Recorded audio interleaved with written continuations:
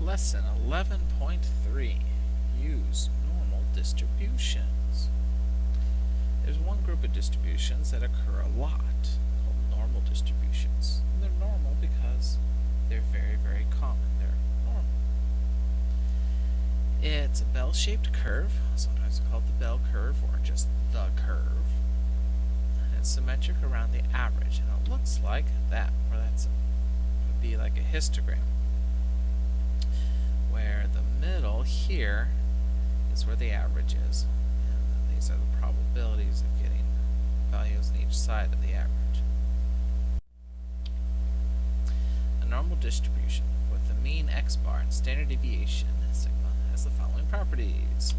Alright, so here's a nice little graph, and so this is our mean, and if I take the mean and add the value of a standard deviation, it gets me to there. Add another value of a standard deviation, it gets to there, and the third one gets there.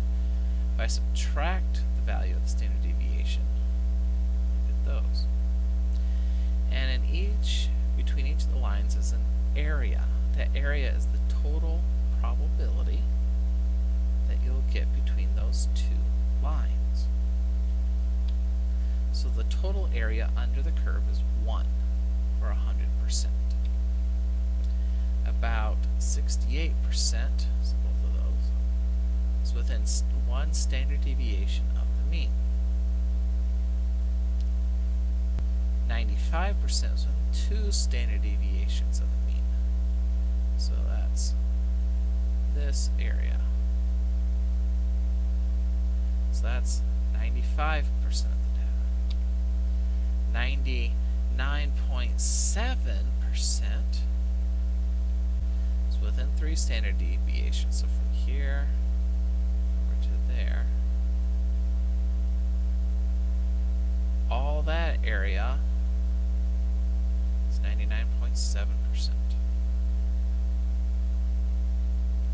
So it's very unlikely to get anything that's beyond 3 standard deviations of the mean, and anything that's standardized or has a distribution, such as heights, weights, shoe size, ACT scores, SAT scores, and so on.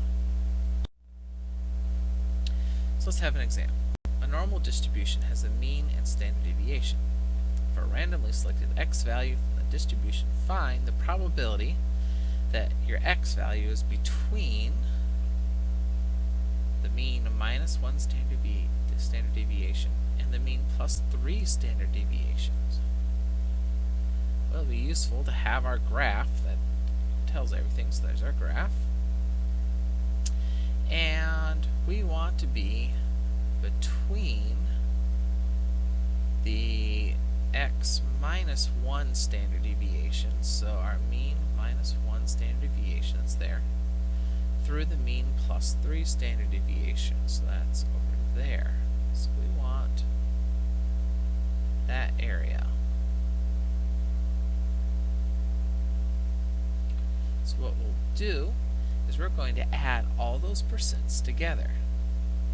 So we've got the 34%, the other 34%, the 13.5%, and the 2.35.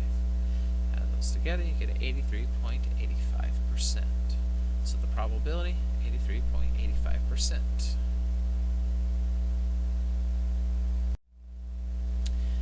Here's a more common type of problem. The weight of a strawberry package is normally distributed with a mean of 16.18 ounces and a standard deviation of 0.34 ounces. If you ever notice the strawberry packages in the store, there's always this empty space. They say there's supposed to be 1 pound for 16 ounces. And you always wonder, why aren't there more strawberries in there? Am I being jibbed? Do they just not put enough? So, let's see. If I randomly choose 2 containers, what's the probability that I have half an ounce less than I should in both packages? Alright, so what we're going to do, first of all, is we're going to take our little diagram and we're going to fill in. It says our average is 16.18. That's our mean. if I subtract standard deviations, this one would be 15.84.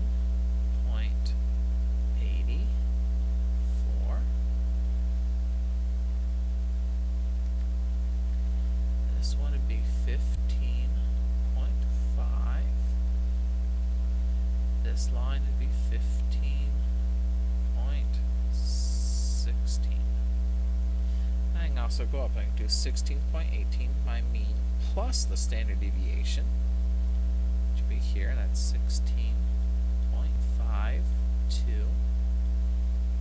And if I add the standard deviation again, it'll give me the next line, 16.86. If I add the standard deviation again, I get 17.2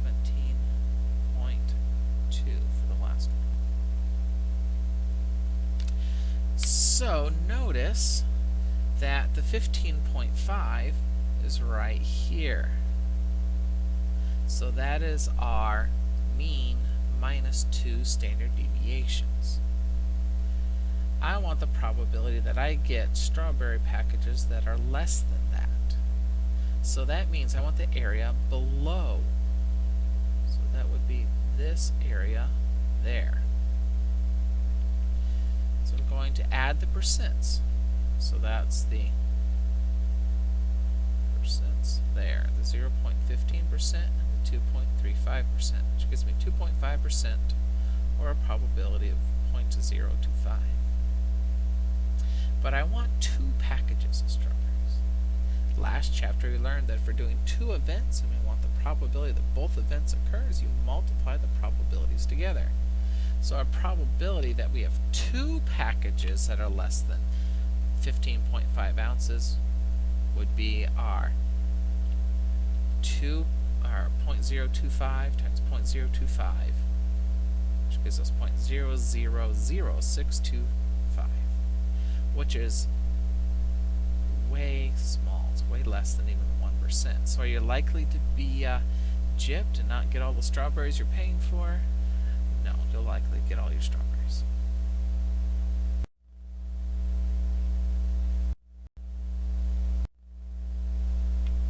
If a z-score is known, the probability that value or less can be found from a standard normal table. Here is the standard normal table from your book. If we wanted to find the probability that z is less than negative 0.4, we'd find the negative 0 and the 0.4. We would see where those line up. You get 0.3446. So the probability that z is less than negative 0.04 is 0.3446. If I wanted the probability that z is greater than negative 0.4, that would be the complement. The complement is 1 minus the other. So 1 minus 0.3446, or 0.6554.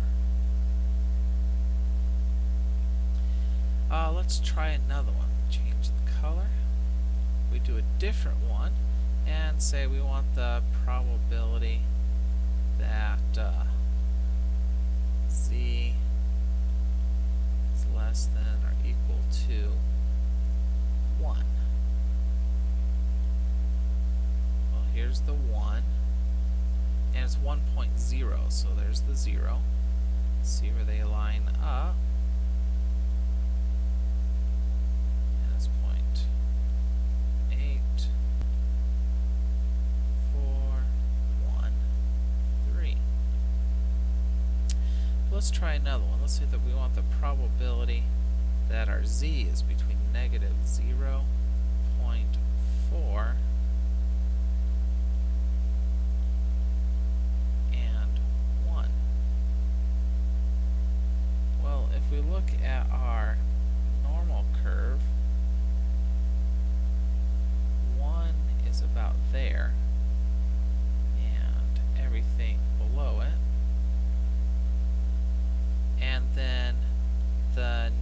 negative 0.4 is here, and everything below it.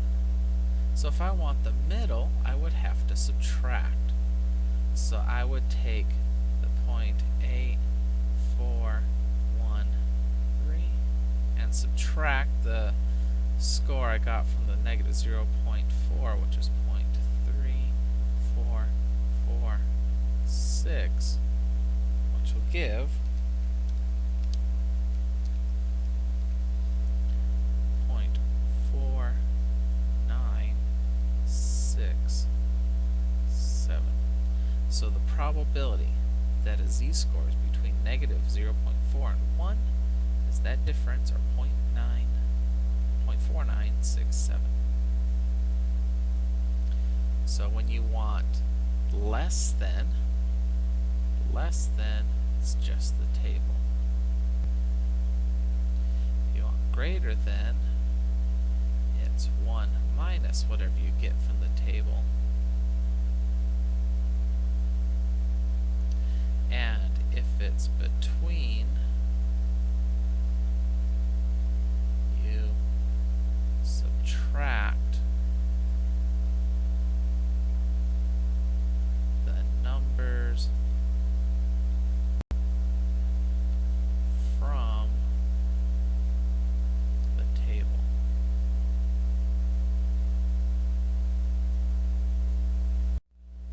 If you have a TI graphing calculator, you can find the probabilities of z-scores automatically. The TI-30XS Multiview, that scientific calculator, does not have this option. You need the graphing calculator, any TI graphing calculator. You would use the Normal Cdf Function. That is in the distribution menu. So you'd look, and that's D-I-S-T-R.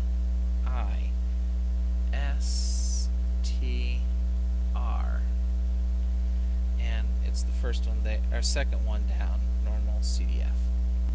And that computes the probability that the z-score is between two other scores. It's this between, which is the area under the curve between. So to calculate the probability that z is between negative 1 and 2, I'd hit second, distribution, Normal Cdf, and press enter. Then I type my two numbers, negative 1, comma, 2, close the parenthesis, press enter.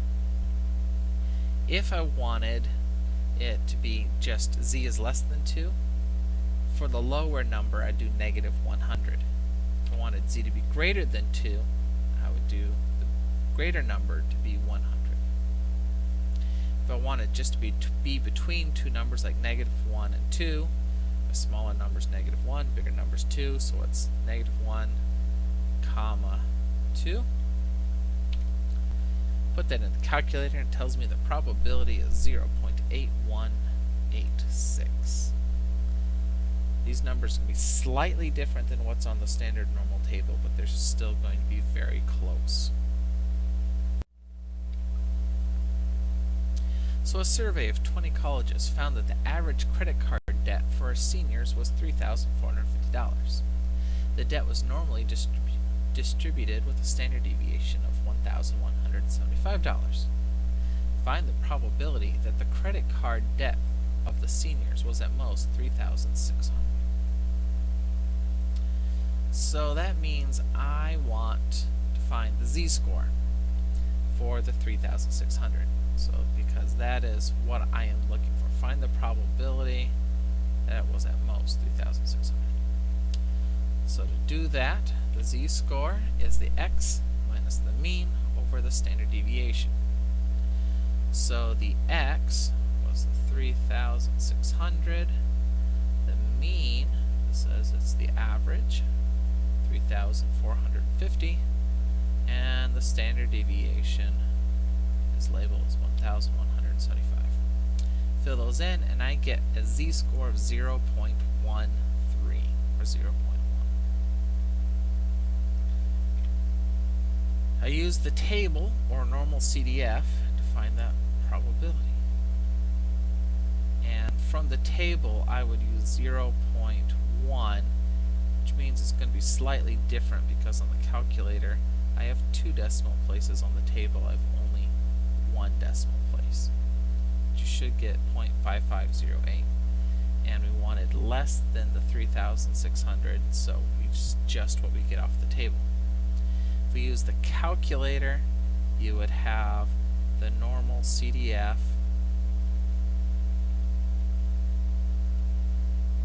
for the smallest number, you use a negative 100, and for the biggest number, you use the z-score of 0.13, and that should give you approximately the 0.13